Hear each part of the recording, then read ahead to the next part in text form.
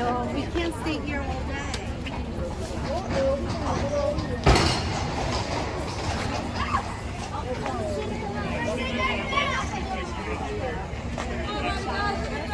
Let's go.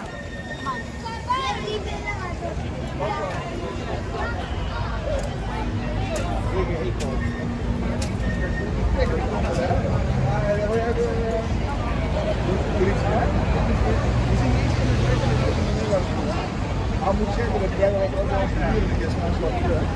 En nou een keer een fietsje gaan. Een hele grote deur van hem. En helemaal zo in uniform. En dan denk ik, oh ja, dat we mensen stikken toch hebben. Ik kom maar in de plek.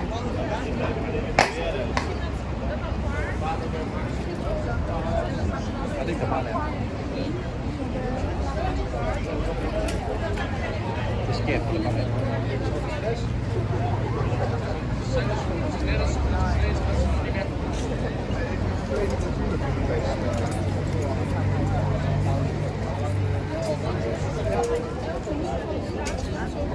Wij lopen langzaam verder naar binnen. Hallo man.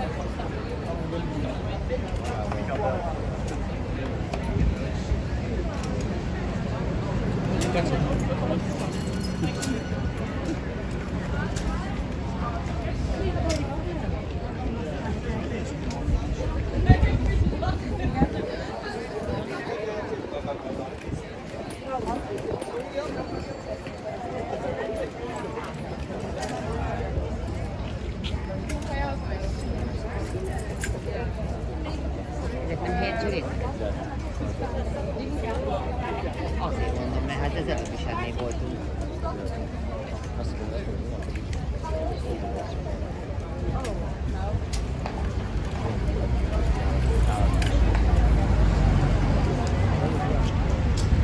Amikor már azt mondja, ezt megtudják egyik éve az állatok, és úgy így maradjon. Az is